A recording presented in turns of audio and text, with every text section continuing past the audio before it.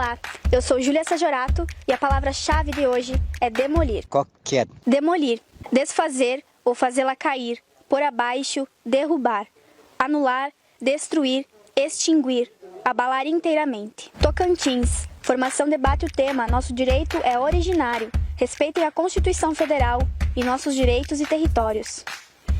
Rondônia, Ibama e Exército fazem novas apreensões na terra indígena Caripuna.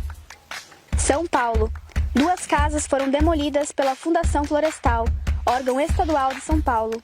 Pará, indígenas do povo Munduruku barram audiência. Rondônia, primeiro encontro na terra indígena Caripuna fortalece a união entre os 18 povos. Brasília, Congresso Internacional Povos Indígenas da América Latina discute trajetórias, narrativas e epistemologias plurais, desafios comuns.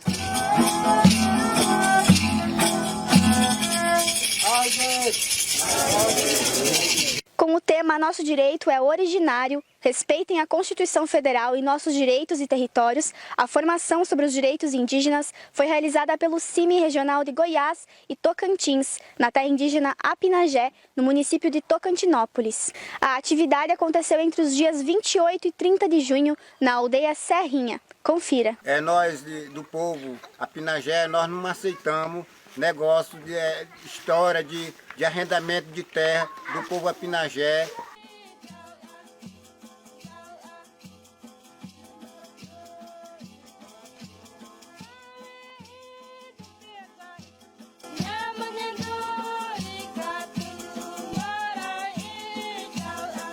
No JTT de hoje, você confere vídeos sobre o encontro que reuniu lideranças de 18 povos de Rondônia, do noroeste do Mato Grosso do Sul e do sul do Amazonas, ainda no mês de abril, durante o primeiro encontro da terra indígena Caripuna.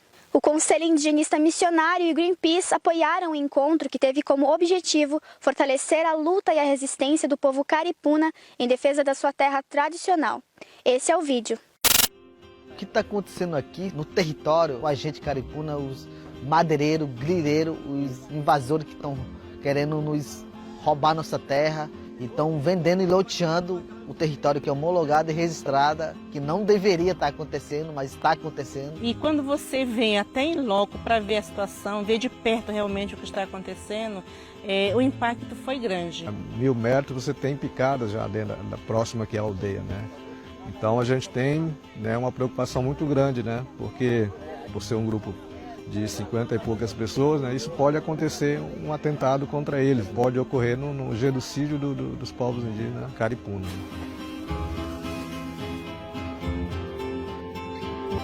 Esse encontro aqui, do primeiro encontro na terra indígena Caripuna, ele veio realmente assim para dar um impacto de acordar todo mundo, porque todos aqui presentes puderam perceber de perto a gravidade do que está acontecendo.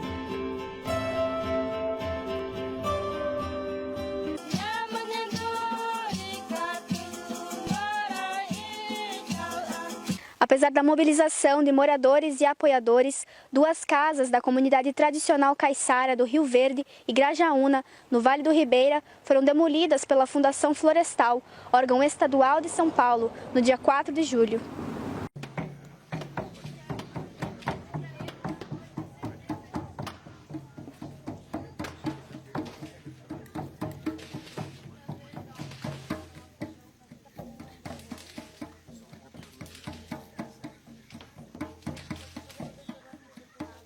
A comunidade passou a ser coagida depois que seu território tradicional foi sobreposto por uma unidade de conservação estadual restritiva e criada sem que os caiçaras fossem consultados.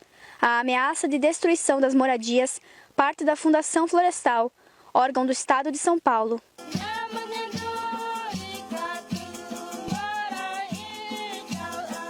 Indígenas do povo Munduruku barraram uma audiência que seria realizada no dia 2 de julho no pavilhão de eventos da Igreja Nossa Senhora de Nazaré, em Itaituba, no Pará. A audiência discutiria o licenciamento da estação de transbordo e carga no rio Tapajós, a respeito da qual nem indígenas, nem comunidades tradicionais da região foram consultados.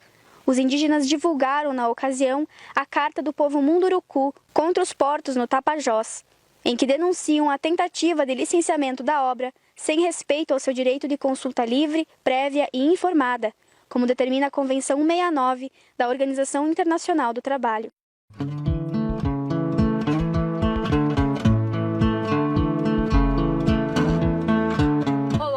Na sua terceira temporada, o programa Vida em Resistência se transforma em uma grande reportagem mensal sobre a cultura e as histórias dos povos indígenas do nosso país. No segundo domingo de cada mês, antes de começar a semana, a partir das 20 horas, você confere no portal Desacato e Redes a primeira grande reportagem seriada da Cooperativa Comunicacional Sul e CIMI, Vida em Resistência.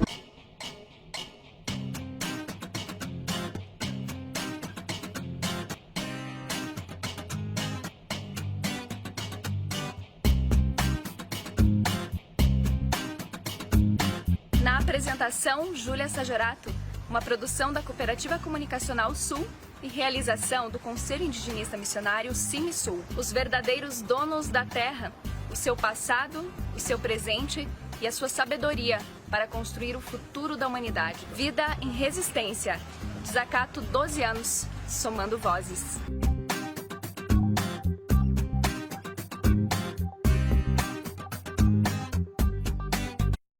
Entre os dias 17 e 21 de junho, a terra indígena Caripuna de Rondônia recebeu a Operação Ajuricaba 5, uma força-tarefa entre militares do Exército, fiscais do IBAMA e agentes da Polícia Federal e da Força Nacional.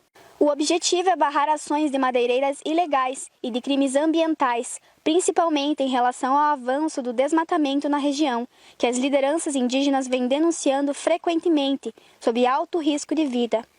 Esta foi a segunda operação na terra indígena Caripuna em menos de um mês. Em junho também foi realizada a Operação SOS Caripuna, que expediu mais de 50 mandados de prisão temporária, prisão preventiva e de busca e apreensão, além de mais de 20 medidas como quebras de sigilo bancário, suspensão das atividades e lacração de estabelecimentos. E o sequestro de mais de 46 milhões de reais de bens dos investigados.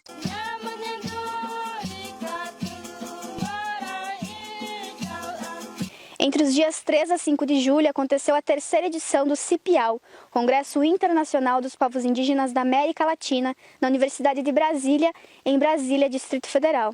A edição desse ano trouxe o tema central sobre trajetórias, narrativas e epistemologias plurais, desafios comuns. O Congresso reúne pesquisadores indígenas e não indígenas de diversos países e áreas de conhecimento para o intercâmbio de ideias.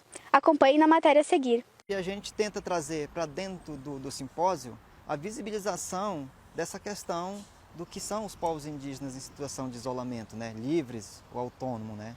Porque a gente percebe que dentro da própria política do Estado não é interessante que esses povos existam, né? Que eles continuem no anonimato, que não apareçam, que fiquem invisíveis, né? Para a sociedade, né? Porque a presença deles acaba interferindo numa série de megaprojetos, né? Que não beneficia ninguém, né? Só beneficia o grande capital.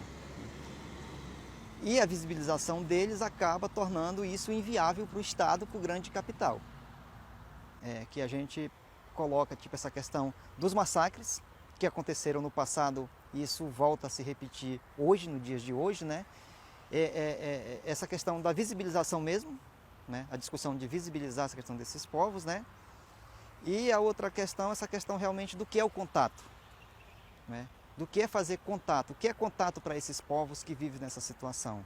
Mas aí acaba que esse contato ele gera uma série de problemas para eles, principalmente a questão das doenças, né? Infecto-contagiosas, que eles não têm resistência. E aí acaba também que o próprio Estado ele não tem uma política de saúde para esses povos. E isso acaba prejudicando eles nesse sentido, que acaba ficando uma situação que o próprio Estado fala, não, o contato é necessário porque eles estão na situação de vulnerabilidade. Mas quem que colocou eles nessa situação de vulnerabilidade? Eles? Não, o próprio Estado que coloca, porque quando eles se sentem acuados dentro do seu território pelo garimpo, pela extração ilegal da madeira, né? Pela pesca ilegal, né? Pelos megas projetos, pelos grandes projetos, seja de construção de hidrelétrica, seja de rodovia, o Estado acaba deixando esses povos vulneráveis. Né? Eles não causaram o problema, acaba que o Estado causou e prejudica eles. Uma grande preocupação por parte das entidades indigenistas, das organizações indígenas, com essa questão de estar executando a questão, fazendo os contatos, sem haver uma discussão mais ampla sobre isso. O próprio Estado ele fala, não, é porque a gente decidiu fazer esses contatos por causa da situação de vulnerabilidade desses grupos. Mas aí a gente pergunta, mas onde é que está a vulnerabilidade? Porque se o território tivesse demarcado, protegido, não haveria necessidade. Né? No mundo há uma estimativa em torno a 140, 150 povos que se dicen isolados, povos que se dicen en isolamiento voluntario o como aquí UCIMI os estamos categorizando povos libres. Estos povos ya tuvieron contacto con Occidente, con los modelos extractivistas, final del século XIX, primera mitad del XX, y fue tan violenta a relación que ellos decidieron fugir de nos. Estamos con un entorno de 115, 114 referencias a povos isolados, dos cuales a sociedad no puede estar invisibilizándolos y mucho menos el Estado.